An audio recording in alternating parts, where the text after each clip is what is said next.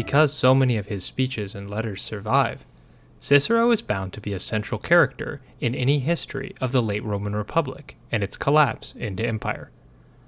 For an era that featured some of the most remarkable figures from all world history, such as Caesar, Augustus, Antony, Cleopatra, and Pompey, this is no mean achievement. But Cicero does more than simply stand alongside these giants. He towers over them in some respects.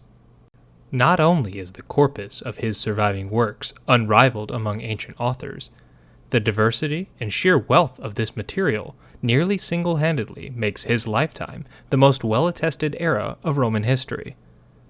Fortunately, with Cicero, we possess not just quantity, but quality. His speeches and literary output were recognized in his lifetime as first-rate, a judgment that is echoed by every succeeding generation since his death. But today, the ancient polymath is known to us primarily as an unrivaled orator, eloquently speaking in the Senate chamber, the Forum, and the courts, as he sought to thread the needle between the reform-minded Caesarians and the arch-conservative faction exemplified by Cato. But Cicero was never a moderate. All too often, that label is misapplied. Cicero's ideological hedging was actually a result of his willingness to work with members of any faction, so long as the end result benefited him. Cui bono, indeed.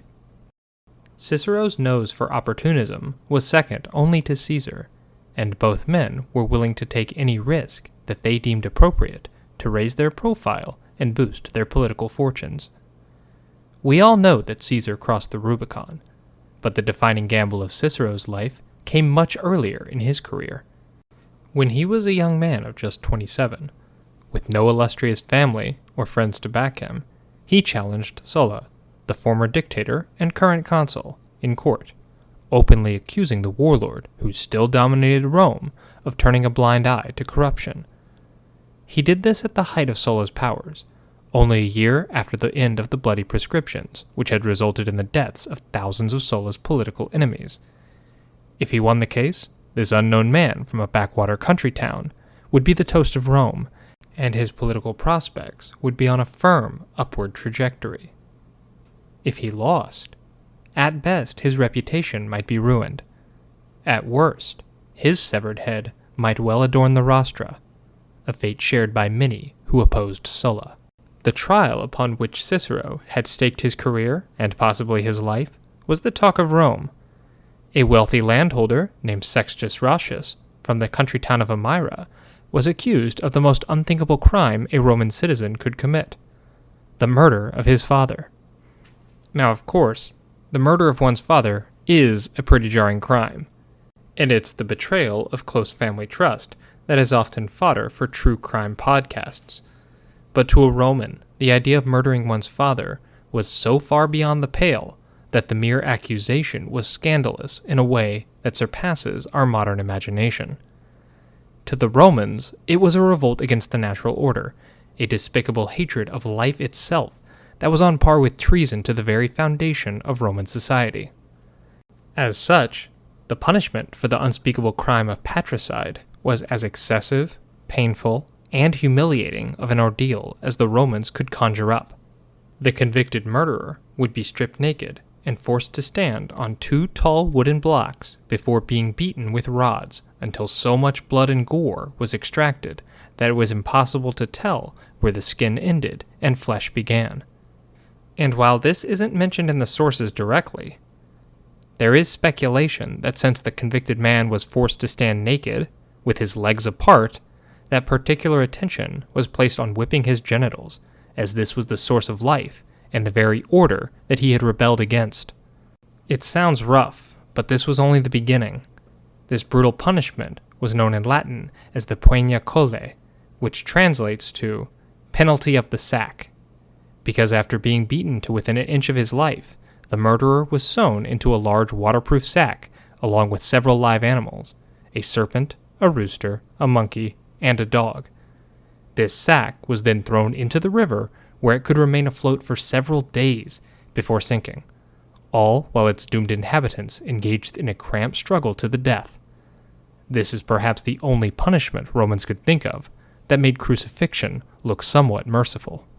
The job of defending Sextus Ratius likely fell to the inexperienced young Cicero because Rome's more prominent advocates were wary of the significant political risks associated with the case. For starters, the sheer severity and scandal associated with the charge could jeopardize an advocate's standing in polite society if he lost. But more significantly, the death of Ratius' father had been extremely profitable for some of Sulla's closest allies, men that were eager to see Ratius take the fall for the murder, as his conviction would leave them in possession of the family's valuable estates. This is because a curious thing had happened after the murder. Ratius' father was retroactively added to the proscription lists, which meant that his property fell to the Roman state and not his designated heir. This happened despite the fact that the lists were supposed to be publicly posted, and that the murder occurred several months after Sulla officially declared an end to the proscriptions. This meant that the elder Ratius was surreptitiously added to the list by someone with access to state documents and the influence to fudge official records. Suspicion immediately fell on Chrysogonus, one of Sulla's freedmen who served as his right-hand man after being manumitted. But this suspicion wasn't just driven by the Romans' deep-seated prejudice against former slaves, for Chrysogonus had actually purchased all 13 of the Ratius estates, which were valued at 6 million sesterces, for a mere 2,000 sesterces, by intimidating all other potential buyers. This whole affair is starting to stink, but I promise it gets much worse. Chrysogonus would go on to select a close relative of Sextus Ratius, named Titus Ratius Magnus, as the beneficiary to 10 of the 13 estates. There is also reason to suspect that Magnus was more than an unwitting beneficiary of Chrysogonus's charity, for Magnus was already feuding with Ratius, and he was not only in Rome at the time of the murder, he knew about it before anyone else, and tried to keep Ratius in the dark for as long as possible. Hours after the murder, Magnus dispatched a freedman to Ameria to share the tragic news. Ameria was only an 8-hour ride from Rome, but the messenger didn't go to Ratius. He instead delivered the news, and the very bloody knife itself, to Titus Ratius Capito, another member of the family. Sextus Ratius, who was tending to the family farms, did not learn of his father's death until days later. And just 9 days after his father's murder, Magnus evicted Sextus Ratius from the family farms. Ratius had gone from being a millionaire to penniless, almost overnight. Ratius and members of the community in Ameria protested the unorthodox proscription and the confiscation of the property, but made little headway. While his legal case stalled, Ratius feared that he too would end up dead, so he took refuge in the home of Caecula Metella, patron of one of the most powerful families in Rome. With Sextus Ratius untouchable behind the walls of the Metellus household, he suddenly found himself facing a charge of patricide, brought by his relatives Magnus and Capito. If it sounds to you like Magnus is more interested in seeing Ratius dead than he is in identifying the real murderer, you'll love this last detail. 2 slaves that witnessed the murder had fallen into Magnus's possession after he received the lion's share of the Ratius estate from Chrysogonus, and Magnus refused to allow the slaves to openly testify as to what they saw. So if you're following along at home, here are the facts of the case. 1. A wealthy man is murdered in Rome. 2. His relative sends news of the murder and the still bloody murder weapon back home to Ameria, but does not notify the son of the murdered man. 3. After the murder, the dead man's name is added to the closed proscription list, meaning all his property is forfeited to the state. 4. One of the only men with the ability to alter the lists buys the estates for a pittance, then hands control of the majority of this property to the same relative who arranged for delivery of the murder weapon. 5. The oblivious heir is then accused, by the people who would benefit most from his conviction, of orchestrating the murder. They also possess evidence that could exonerate him, but refuse to disclose it. You don't need to be Sherlock Holmes to see that something quite fishy is going on, and it speaks to the fear which Sulla inspired in Rome's most prominent advocates that none of them were willing to take the case. In addition to pressure from the ruling regime, even the bravest advocate would have known that the odds were stacked against Roscius, as the jury for the trial would be made up of senators, many of whom had either been recently elevated to the post by Sulla or had been loyal to him all along. We must remember that anyone of note who was an outspoken opponent of the Sullan order was long dead. Many of these men had also directly profited from proscriptions themselves, and would not want to acknowledge, through precedent, that any of these killings might have been conducted illegally, even though the Roscius murder undoubtedly was. Any advocate with a knack for self-preservation, looking at Roscius's case, would have concluded that there was no way to argue in his favor without accusing Sulla of either corruption or complete ignorance. Cicero knew this as well, and while he was bold, he was not so bold as to challenge Sulla directly. The surviving speech, Pro Roscio Amerino, is a masterwork of judicial reasoning, character assassination, and legalistic hair-splitting that masterfully oscillates between oblique criticisms of Sulla's prescriptions and a robust defense of his client. Cicero achieves this by delivering unprecedented invective against Chrysogonus, Magnus, and Capito, but spares Sulla of any direct barbs. In a speech that would have taken roughly 2 hours to deliver in full, Cicero captured the attention of the crowd at every turn, masterfully layering his argument with precedent and utilizing all of the evidence at his disposal to its greatest advantage.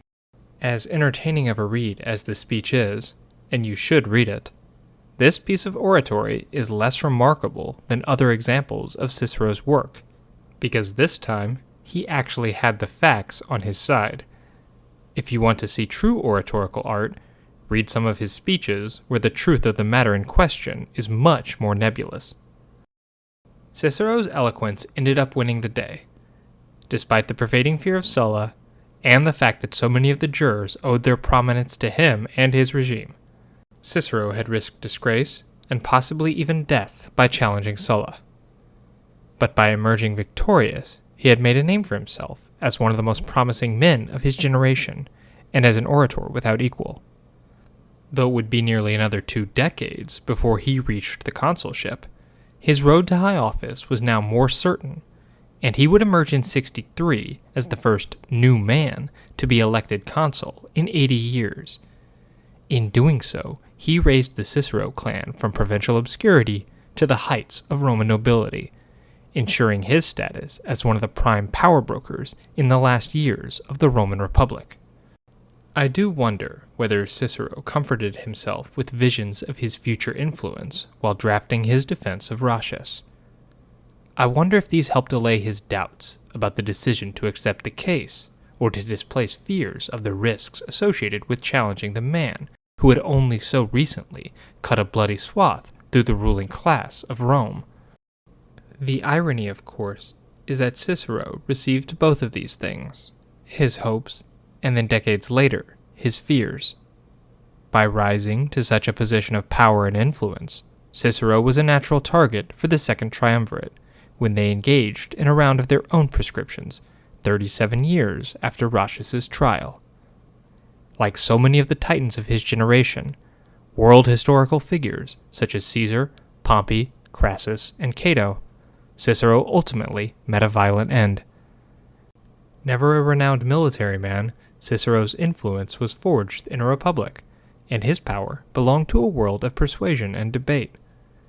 That old world was dying, and a new one was struggling to be born. As the era drew to a bloody close under the executioner's blades of Octavian, Antony, and Lepidus, Cicero's head would indeed ultimately adorn the rostra, for at long last, there was no one left willing to challenge injustice as he once had. There was no one to speak up for the great advocate. Hi, this is Titus from Tribunet.